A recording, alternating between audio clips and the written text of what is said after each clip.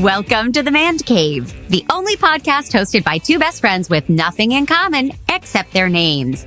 I'm Mandy Kaplan. And I'm Mandy Fabian. And each week we test the limits of our friendship by arguing over movies, books, the latest trends, and of course, all of Mandy's dumb ideas. Grab a couch. Let's get to it. What a week. What a week. Today's a big day, though, because when you said, oh, can we record later today? I was like, no, because tomorrow morning, I'm getting a camera up my poop chute.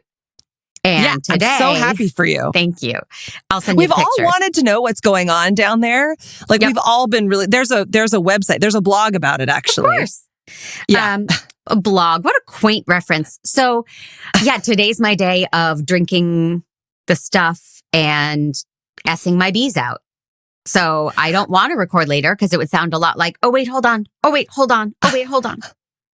But do you secretly love it? Like, is it kind of like doing a juice cleanse? Yes. Not secretly. I openly love it. I request these things monthly, these colonoscopies. Do you? Oh, yeah. Oh, that's great. I went to Napa this weekend for the most glorious girls' weekend. It was heaven. But I ate so much bread and so much cheese and drank so much wine. And so now I need this. It was perfectly timed. Oh my God. You should always schedule Napa weekends before your colonoscopies. Yes. Thank you, Dr. Did Deutsch. I say that right? Yeah. Yeah. Who was mentioned in a Golden Girls episode. The reason I have the GP I have is because in one episode, they're like, Dr. Stephen Deutsch, nice to meet you. And I was like, Dr. Deutsch, is that you? And he was like, yeah, my patient was the writer. Oh my God. You have a Hollywood royalty ass doctor? That's amazing. GP.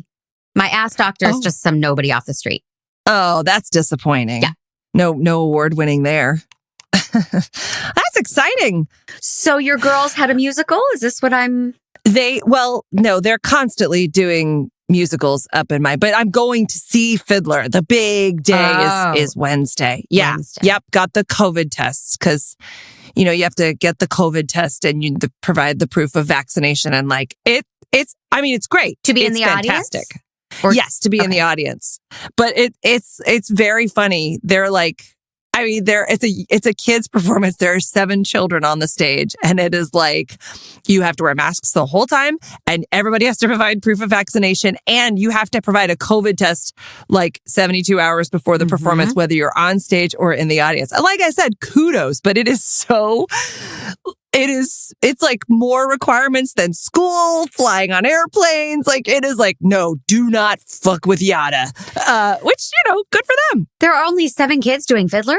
Yeah, because this is a production that was shut down in March of 2020. Right. So a lot of the kids have kind of like moved on or they maybe voted that they didn't want to do it. I don't know. All I know is my precious babies now get to play like Hoddle and the other guy. Abby was playing Perchik, but now like they get to play multiple roles. I mean, it's very exciting. Oh, wow. Oh, yeah. So it's going to be very fulfilling. I'm excited. Do they just change yarmulkes based on whoever they're playing? What's a yarmulke? I'm kidding. I know there's costumes, but I don't know if they're allowed to like touch a costume. Like it's, they might be in plastic bubbles, you know, like with their mouth, be like, right. Like, I don't know what it's going to be like, but God bless them. They love the singing and dancing. And then their dad surprised them and came home for the weekend. Aww. Yeah. So they got to do their show for Daddy, which was pretty great. That's really nice. At least we think he's the dad. We don't know. Well, we're not. Yeah, we're still waiting on those paternity tests to. You got to swab his mouth while he sleeps. Because I had to do multiple because I was that unsure. You know, I went ahead and just sent tests around the country. It was a big year. It was a global travel year. Yeah. So, well, I mean, are your eyes still burning from what we had to watch this week? I mean, what do you think? I think it's all how you frame it. And I would prefer to think it's what we got to watch this week. Oh, you would? Oh, good for you. Ladies and gentlemen, the Mandys had to watch, or chose to watch, Black Widow, the Marvel phenomenon Black Widow. The Mandys, who have no Marvel viewing experience, right? No, or I've never comic seen a book. Marvel. Right. I also have not read the comic books. Right. Wait, you've never seen a Marvel movie? No, man. Oh, I thought it was something that you and Casey and Jer did on the reg, that you guys enjoyed Marvel movies. I'm so glad you shortened that word because we do need to keep the podcast moving. So thank you for not saying the full word regular. Oh, I'm gonna say on the reg a lot. I'm very street. Mm-hmm. People don't know this about me. Yeah, and I have a thing. I'm anti-word shortening in a big way. I know. Okay. No, I don't watch Marvel movies. That's the boys. But the boys in your house? My boys, yes, they watched them all during the pandemic from beginning to end. But I would just walk through and go, "Oh, that's so and so. He must be playing a bad guy." And then Casey would be like, "Mom." Yeah, because I find them so obvious. But your boys do watch it. Yeah, I started to watch this movie with my girls because I thought, oh well, people with children watch this, right? Mm-hmm. And we didn't make it. We got to the very first scene where the two young girls were crying and their mommy had been shot and they were being taken away. Mm-hmm.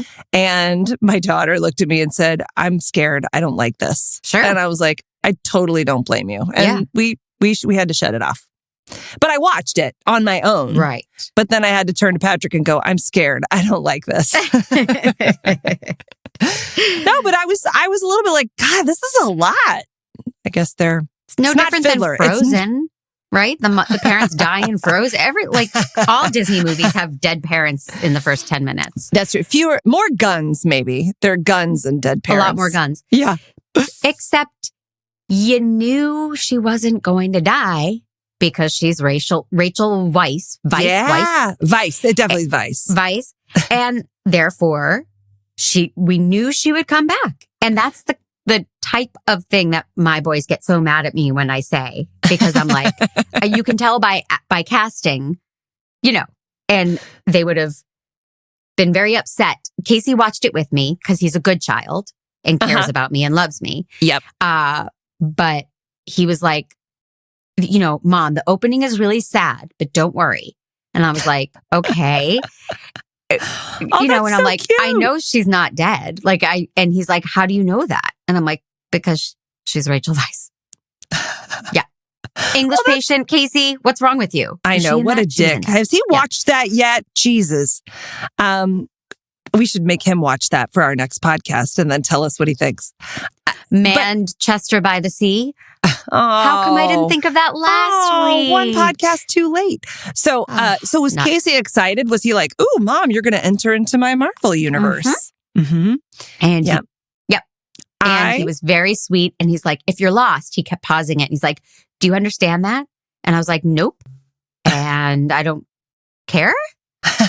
You don't. And he's like, "No, let me explain." And he would go back into the Marvel lore and and I'm like, I don't need to know. That brings up lore, not lure. Sorry. No, you said it right. That sounded right. Yeah. I would need to watch with Casey because I was also genuinely confused. It was maybe an hour into the movie before I even had any idea what was going on. Which that's too much time for me. And I was sitting there going, is it because I haven't read the comics? Is it because I haven't seen the other movies? I don't know what an Avenger is. I don't understand. All I know is, and agreed with, Russians are bad, Yes. They're very scary as a tribe of people that create child assassins that have under mind control. That I got. There I'm going to disagree with you because Sting taught us even Russians love their children too. So I have to, right? When they're killers. See, you didn't hear the B side of that. Nope. Yeah. Missed it. Yeah. They had to cut that out for lawsuit reasons. But as long as they're cold-blooded assassins, there were too many also syllables that it messed with the song. Yeah. Hot assassins. These ladies were beautiful. Oh, yeah, they were. A rainbow of, right? Just every ethnicity, but beautiful women, assassins. Yeah, that's true. There were a lot. It was very female forward. All of them cold-blooded killers. and great outfits and beauty. You're right. And I thought the acting was great. There was a lot of humor in it that really surprised me. I wasn't expecting that. I feel like there was humor in it for people like me that really have no interest in a Marvel universe at all. And maybe that humor's for people who are also interested. Like I did get some of the like wink nod jokes, but I think when I think about acting, Florence Pugh was outstanding. And she's the reason anybody would see this movie. She outshone Scarlett Johansson, who really I thought was bland. But Florence Pugh was spectacular. And I want to hear some of her spectacular, funny dialogue at 46 minutes. Pete. Why do you always do that thing? Do what? The thing you do when you're fighting. And this thing that you do when you whip your hair when you're fighting with the arm and the hair and you do like a fighting pose. It's a fighting pose. You're a total poser. I'm not a poser. Oh, come on. I mean, they're great poses, but it does look like you think everyone's looking at you like all the time. All that time that I spent posing, I was trying to actually do something good to make up for all the pain and suffering that we caused. Trying to be more than just a trained killer. Well, then you were fooling yourself. I loved Florence Pugh. I also thought that David Harbour was really funny. I loved him as that kind of jilted Russian criminal. Like, I thought he was so funny. Well, better this than sitting through that Soderbergh movie we sat through. Oh, God, right? One false move. I'm making something up, but I don't remember the name of it. But he's very talented. I didn't quite follow anything about that character. So, yes, he's very talented. And when he broke the guy's hand in the arm wrestle, that God, that was awful. Yeah, that was super so gross. Yeah. Oh. Yeah. I also find that, like, remember in the Steven Soderbergh movie when he had that scene that we quoted where he was like, and I was like, wow, I didn't understand one word he said in that scene. I did suffer that a little bit. There is a part at the beginning of the movie. Oh, I don't have the time code. I wish I did. But where I had to rewind it like 6 times right when they get there. And he says to who I had no idea who that was. They land off this great escape on the plane.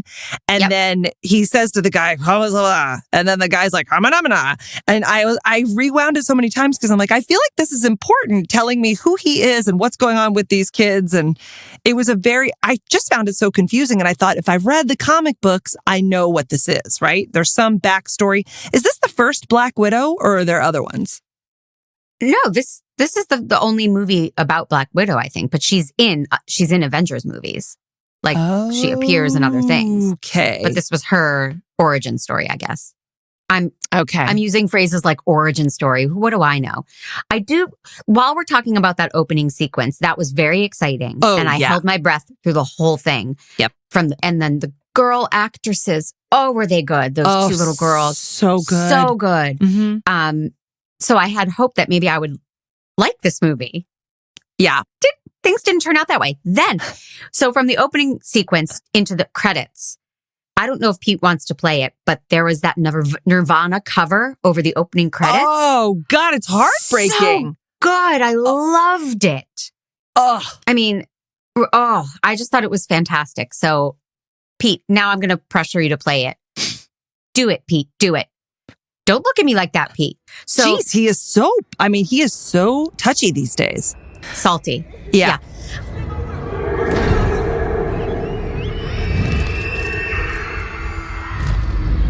Load up on guns and bring your friends. It's fun to lose and to pretend she's overboard and selfish. Remove all the defense. Oh no, I know a dirty word. That one and her.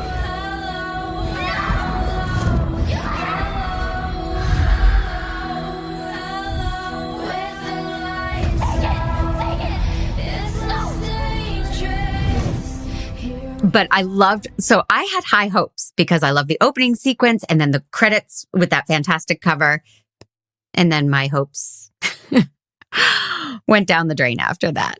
Okay, so I maintained a certain level of like, oh, okay. Because the minute people start getting into action, I want to fast forward. Chase after chase. Yeah. It was too much of that and not enough story. Like once the characters actually stopped, they were in that plane and they started talking. I was like, oh, this I like. Like I can get on board with this. A little backstory, but there wasn't enough of it for me to grab on to how bad it was that their mother betrayed them or how big a deal it was that their family came back together. Like I feel like they sort of dropped the placeholders of that, but I didn't get a chance to latch on to it, you know? But I will say also the chase scenes, as spectacular as they were, I screamed, Patrick was in the other room and I was like, they are falling out of a building and landing on other building pieces for a minute to fight and then falling again, which was spectacular. I mean, that is really some of the most spectacular stunts I've ever seen. But like when David Harbour's character, the Red Bandit? I have no idea. Oh, you don't know? Sheriff Harper. That's who he is. Were you stoned when you watched this? I can't Sheriff believe Hopper. Sorry, you were loaded, weren't you? You were like 6 bottles deep into some juicy cab, and you were like, "I gotta watch this thing." Nope. Oh, that's funny. The Red Devil. Gee, it'll get to me. Anyway, when he is escaping from the prison, that was a sequence that I was like, you can't do that. Like. Or maybe you can. At some point, I know it's a comic book, but at some point, don't people watch this and go, there are hundreds of people and over half of them have guns, machine guns. And he's running right out there on the wide open. And so is she. And you're going to tell me that out of those 60 people with guns, no one hits them? No one shoots them? Mandy, this is Casey Clavin's quote from 2021. When we were watching this movie, he said, "Why do the bad guys always have such bad aim?" And I wrote it down with quotes and gave him credit for it. He's brilliant. Yeah, he is. He picked up on that too. Yeah. And there's so many of them. It's so like they can't, like the normal chase scenes aren't enough. They have to be that outnumbered. It has to be that spectacular that there's no way he's going to get out of this alive. But I'm like, come on. There actually is no way. Right. At 40 minutes in, I wrote so many chases, so boring. Yeah. It's just one after the other. Yeah. Yeah. And I wonder, now what does Casey feel about that? Like, is he kind of like, I love a good chase? Oh, yeah. What is that? He loves action. I mean, I just don't care for action. Yeah. But I will say that I do like a good jump scare. And there was one that Casey laughed at me so much. And I'll not do this right into my microphone. But at 26 minutes, she's driving along. Scarlett Johansson is just driving along, listening to Sia. And then all of a sudden, something explodes the car. And I so wasn't expecting it because I was just watching her drive. And I went, and Casey didn't stop laughing at me. I was like, I got the vapors. It was a great jump scare. So I like moments like that. Yeah, that was good. That was a pretty scary monster. The one with the shield that would cut her face off if it, Yes. I mean, I did. Who from the first moment, I was like, it's clearly a lady in there. I didn't know who the lady was, but I was like, it's a lady. Like, I get that. In case it's like, what do you mean? I'm not going to tell you. And I was like, it's a woman. It's How so did clear. You know it was a woman? I just did. Because she was marching because she had that sign about it's my body, my rights. Was that what tipped you off? Yeah. I wasn't sure because men do those marches and too. Unfocused. That's how I knew. Yeah. She seemed like she was going to get hysterical. Yeah. Right. Yeah, I didn't pick up on any of those cues. I thought it still could have been a men, but men are so metrosexual these days, which is a word apparently you're not supposed to use, but I just did. Oh, is that on the no-no list? I don't know. It's offensive? It's been a while since I checked the no-no list. I've been, but somebody told me the other day, like, I don't think we really say metrosexual anymore. I'm like, okay, well. Oh, wow. I got to get my updated version. Do you think there's a chance that Florence Pugh would get nominated for this. I think she should. Whoa. I thought her performance was amazing. Well, nominated, maybe.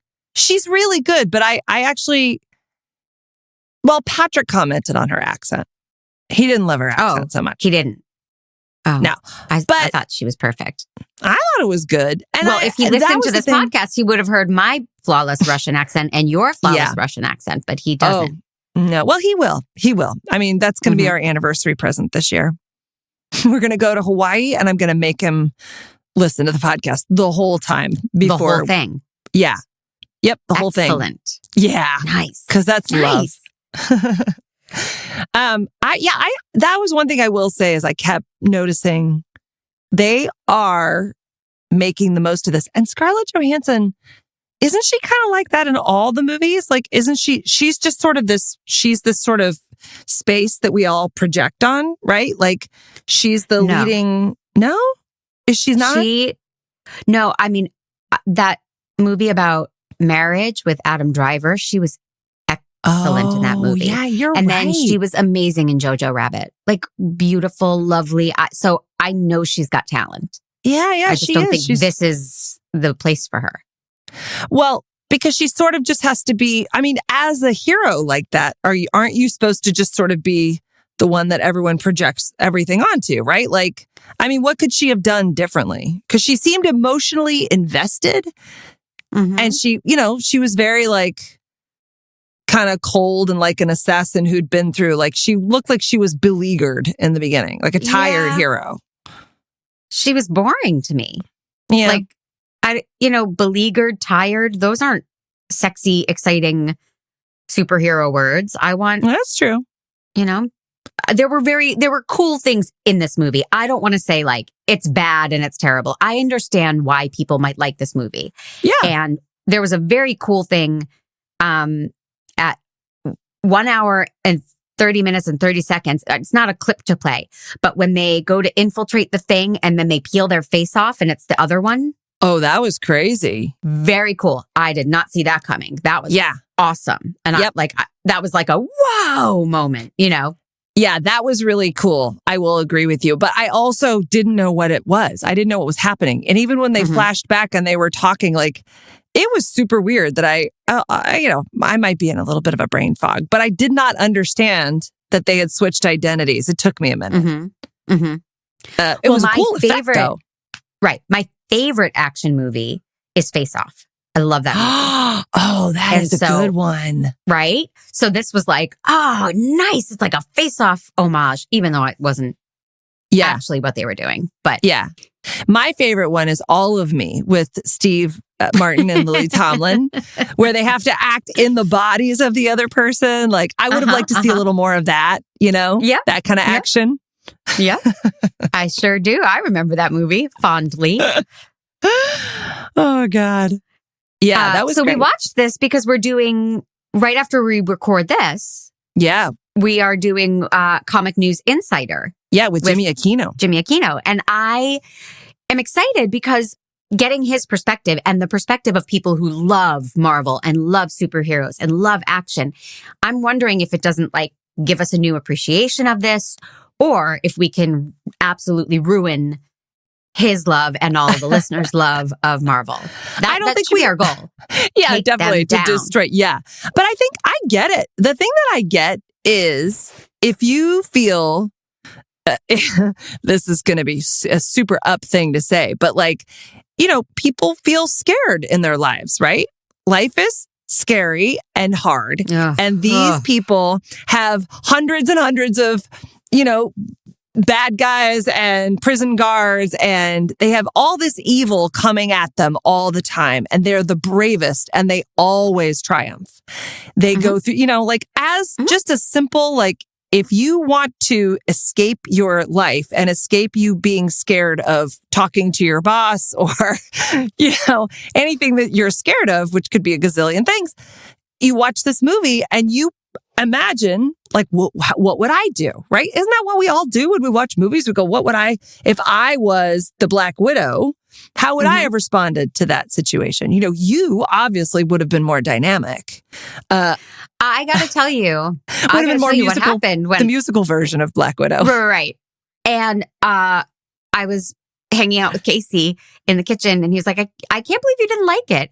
And I, just as a joke, got into the position, the pose.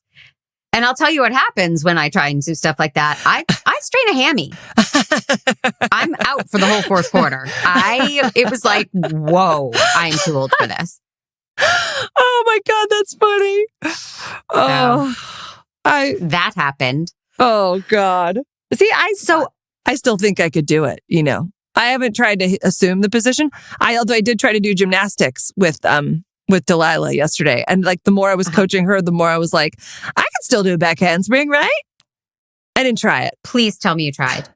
I did, but I did do a front walkover, which wasn't a great idea. I did. I couldn't pull that off anymore. I used to.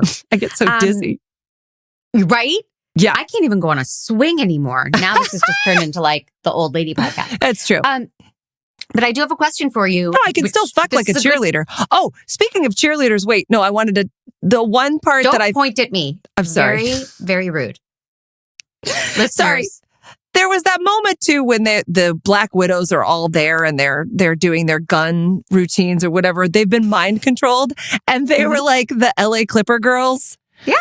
Doing the dance of the mind control. Sure were. And I really was like, see, this is where I get stuck, because I feel like this is we're going to have women do the stuff that men usually do in these movies, but you know, they're women. So we have to do the little high kick, top hat dance step with the gun movements. I'm like, I've never seen any military training that involves sassy Bob haircuts and like the dip swerve move of the Clipper girl. Just going to say that. You're going to the wrong military institutes. I guess so. That's why. I need to tour a couple more. I haven't found the right place for Abby yet. Right. I wish we did live stream our podcast, because you were just doing like top hat choreography and it was adorable. And I wish people could enjoy it. But so you started to segue right into a question I have for you. And then had to talk about dance. Have you ever done a fight sequence for anything you've ever worked on? Or have you ever done stage combat, or because we all do watch this and think, could I do that? And I proved in my kitchen that I cannot today. But years ago, I did. Did you? You did a fight sequence? I did a few. What? On stage, because I did a lot of Shakespeare. Oh, wow. So you did like kickboxing, roundhousing, stuff like that? More like hair pulling and slapping and choking. And that's fun. Yeah. Oh, no. Yeah. And then we had to do it in 30 nights, available on Tubi. Johnny and I punch each other. That's right. And it's hilarious. It's done really well in your movie. And then you get naughty afterwards, which I'm assuming happened in the Shakespeare plays as well. Yeah. That's what all the slapping. One in high school, not the one in summer camp. That would have been weird. It's not written in the show, but when you're in high school and you're slapping and kicking, it always ends up in making out. That's just how it goes in high school. No, I've never done a fight scene. I have done, I got to play a cop one time, you know, where I had to, that. Yeah. It was the Law and Order Mommy and Me, where we had our 8-month-old babies and baby Bjorns on our fronts, and we had guns and we were like breaking into places. That was so funny. Yeah. You were in it, weren't you? I think you were in it. Didn't we break in and we were in your apartment? We came and broke into your apartment, Jennifer Fitzgerald and I. You were. Yeah. That is familiar. Yeah. But how come it's not on my IMDb? I don't know why it's not on your reel. God damn it. I mean, you were very good. I want to see it now. I know. Well, I'll show it. I'll send you a clip. I'm in it. We'll send me a clip. Yeah. But so I got to play a cop. And I got to play a mean boss who fires everybody. And I fucking loved that. Oh my God, I loved it. But I've never gotten to play like a killer or anybody who punches and kicks. I did do kickboxing once in my life, and I loved it. Yes.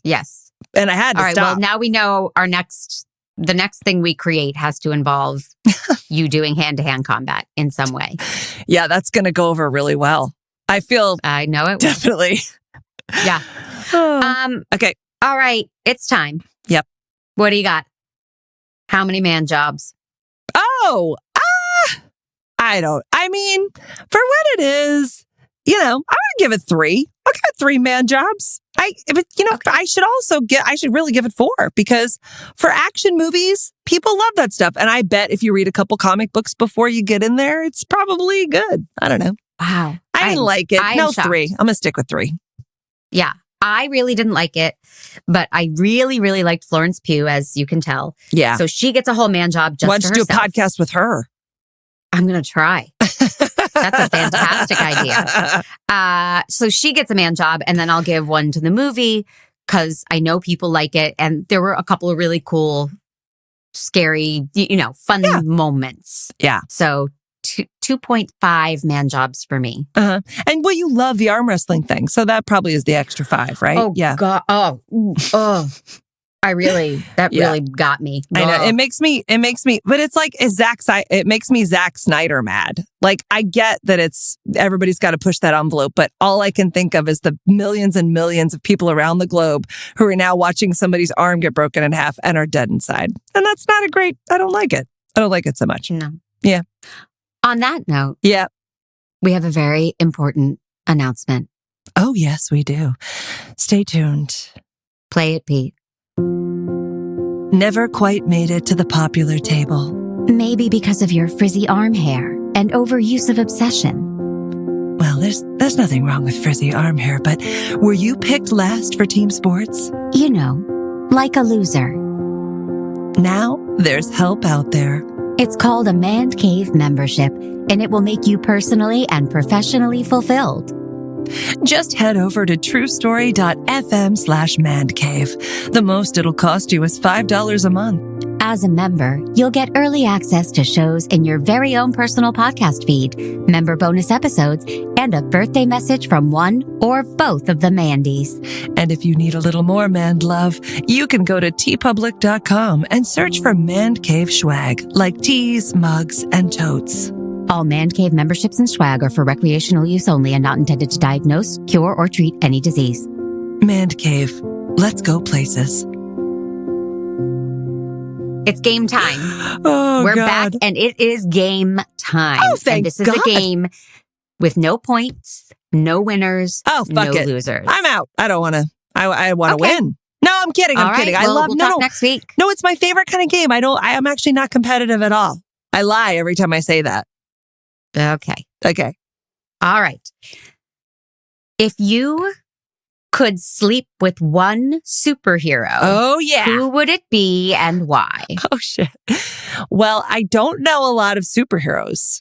Mm-hmm. So it would probably be isn't there a Wolfman or something? Isn't there like the Wolverine? the Wolverine, because I loved him in Greatest Showman. Right. Oh, Hugh Jackman. Good call. Yeah, I would love to get with Hugh Jackman. Yeah. Mhm, Even as the Wolverine, probably. Yeah. With any, No, but you know what? If it just because I have his history, but then there's also Iron Man. I think Iron Man is the sexiest. His suit is the sexiest, and he looks the most hairless. So I'm gonna take it back. I'm gonna go Iron Man. Yeah, Wolverine is pretty hairy, I think. Those sideburns too do much. not do it for me. I mean, I would love to take him to parties, but I think in terms of an actual connection, like a sexual connection, I'm gonna go Iron Man all the way. Also, there's no way Wolverine can finger you. That's true. And that's like Ouch. half the fun. Yeah. And Iron Man also could, like, I feel like there's additions he can make to that suit, which could be real nice. He's an inventor. So that he's going to keep adjusting how things happen. And Look at you knowing all about Iron Man. I know he's rich, and that is not a turn off. I mean, it's not everything. I know Wolverine would go camping with me, and I don't know if Iron Man would, because he could, in the rain. I think there's something electrical Good there. point. Could be bad. So, but I'm still going to go Iron Man for a long-term, like, steady relationship. Iron Man is probably the better call, but I will have sex with Wolverine on the side every so often in like a shameful, dirty way. So that's my answer. On the down low. I love it. Mhm. I think I am going to go with Christopher Reeve as Superman. Sure. He I is the get it. handsomest of all. Yep. And Funny. I have, like, the idea of flying turns me on. Oh, yeah. The idea of him carrying me around, Yeah. Mm-hmm. not having to like find parking, just take me to dinner, just like take off and Yeah, you are right. Right? Yeah. Tie me up with the cape. I'm just saying there's possibilities. Oh, absolutely. Yes. I think he's my choice. That's an excellent decision. I hadn't thought of all It's those classic. pluses. It's a classic. He was my first thought, but I guess, it makes sense. It's more for you. It's more traditional. Yeah. Yes. Mm-hmm. Now, the next question, the next round. Yeah. If you were a superhero, Oh. Mm-hmm. what would your superpower be and why? Oh, God. If I were a superhero, sorry, that's 2 weeks in a row. I'm so sorry. If I were a superhero, my superpower would be mind control. You took mine. I did? Well, it makes sense. Yeah. We're always trying to change each other's thoughts on things. I mean, So I'll say mind reading because then I can react. If I can read it, I can't control it, but I can read it. Then I know what to do and how to react. yeah. Okay. That makes sense. But that's like, And that's odd for the two of us because I'm a much more controlling person. yeah, but like, I also think I have the answers, right? Like, even though you are more controlling, but I just know I have the answers. So like that way I could just sort of make everybody have the answers. And then let's face it, it would be pretty boring. We'd all be like, in a field meditating somewhere. I don't know what we would be doing, but there would be true. We would all be listening to Brene Brown. Brene Brown. she's, you know what? 3 million TED Talk listeners cannot be wrong. Okay. It's probably more now. Or they can. Okay.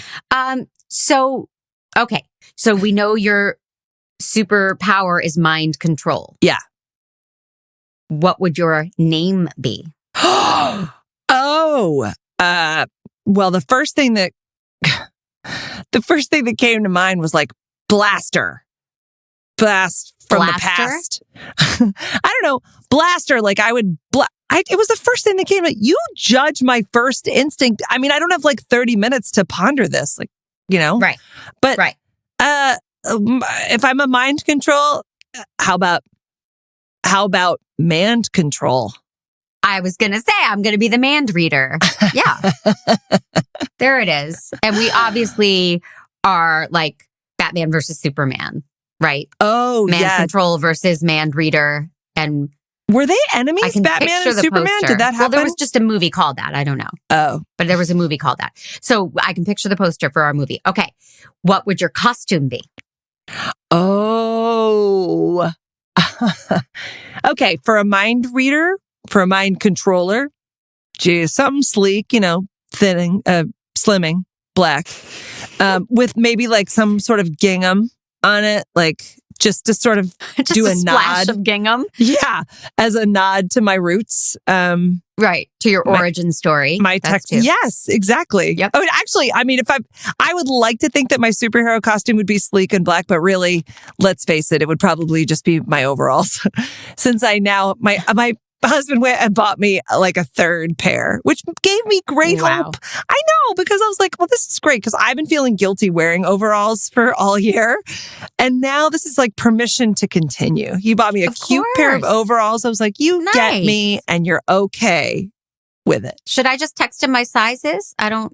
Where's mine? Are you an overall gal? I have been at times in my life. Yes. Yeah. There's no shame in that. You don't have to say it like that. Truth be told, my husband enjoys them. Well, he fell in love with me in overalls. Oh, well, there you go. Bring him out. And 9 short years later, we kissed.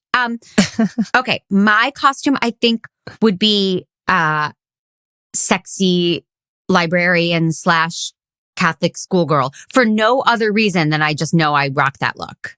Oh, yeah, definitely. That's my sweet spot. Yeah. So there would be pigtails and sexy glasses and white shirt, short skirt, sexy librarian / schoolgirl. Britney Spears in Hit Me With Your Best Shot. Yeah. Hit me, baby, one more time. Oh, right. All the fandies just went, That's Pat Benatar. Okay. Yeah, who is also a wonderful singer. So, Yeah. Also a wonderful singer. Are you implying Britney Spears is a wonderful singer? She's had a hard time. She got free. You should be so happy, right? Oh, I am very happy. Yes. Britney's free. Good for her. Yeah, I didn't know that. Now we can actually. burn all those free Britney posters we've been making. Well, luckily there's only one side of the poster board, so we'll just use the other side. Okay. For the next cause. Exactly. Okay, so that's our costumes. What would your vehicle be? Jeepers. From Mind Like a Jeep? A Jeep. I feel like, even though I disagree with them ethically, I would do, you know what? I would do an all-electric Hummer. Mm-hmm. I don't like the look of a Hummer, but I would like to go all electric with it because I feel like you know, they're an abomination environmentally, and I feel like they're the closest thing to a tank without actually being a tank. Like they're still a car, but they look like a tank, and it feels like and mind they're a dirty control. Reference. So I like that. Yeah, you're slipping in a dirty reference. It's a trifecta. Yeah. How about you? I'm leaning towards a hoverboard, but not the kind that Casey has, which doesn't go very fast. I want like Michael J. Fox kind from Back to the Future in the future. Back to the Future 2. Okay. Right? Yeah. Where it's like a skateboard that you could take off on. Just cause. Yeah, I like it. Casey has a skateboard that flies? Casey has a skateboard that flies? Hoverboard. I don't know what that is. No, he's got one of those. It's like an electric skateboard. And he stands on it. Well, he used to when he got it, and because my kid likes to only use things for like a week and then be done with them forever, but not get rid of them. Oh, that's heartbreaking. He's the worst. And last but not least, who would your sidekick be? Well, Brene Brown, obviously. There you go. Oh my God, we could spend so much time talking about our Texas roots. I don't know. I don't know if I want to hang out with her, but like in terms of getting the business done, I think she's a great sidekick. Yeah. Yeah. I think I'd pick Oprah just because I'd like to. Oh, yeah. That's a nice, powerful one. Yes. She would be a great hang. She's got stories. Right. And she likes good food and good pajamas. I think Oprah would be my sidekick. Perfect sidekick for you. Yeah, definitely. So let's start writing this. I mean, it writes itself. Oh, yeah. Yeah. Definitely. Look out, CW. Here we come. I feel like, where's my phone? I feel like I should be getting a text any minute. Like somebody wants to buy this. This is great. Right? Yeah. So there you go. Now you have a whole alter ego. And maybe now we have our Halloween costume. Oh, yeah. Because you know what I have? How original. We're going as sexy librarian and sexy overalls. gingham. Yeah. You know what? I would be so happy if that's all I had to do for Halloween. I might make it happen. Yeah. So now that you have mind control, can you just think Pete roll the credits and he'll just feel it? And then after we come back from the credits, I'm nervous because you're telling me what I have to watch. And I'm so excited.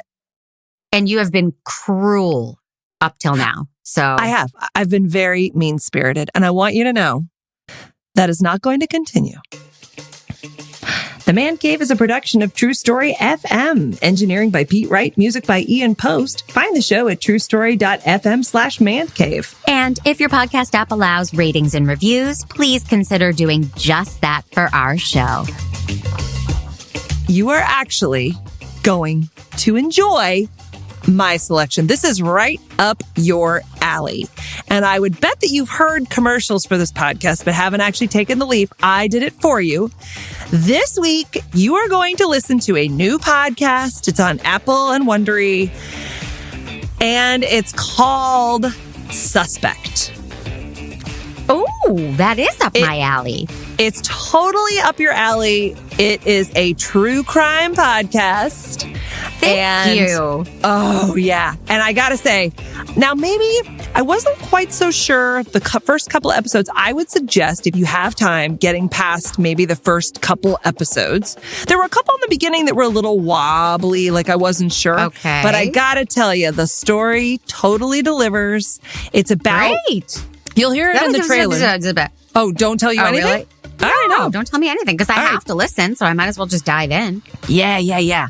I thought it was really, really interesting. It's a really, really good story and heartbreaking. Great. And it's one of those podcasts where you listen to it and you go, well, I won't tell you anymore. I won't tell you anymore. We'll talk about it next week. You're overselling it. I'm overdoing it, which means you're going to hate it. I love you. I love you too. We'll see you next time. Bye.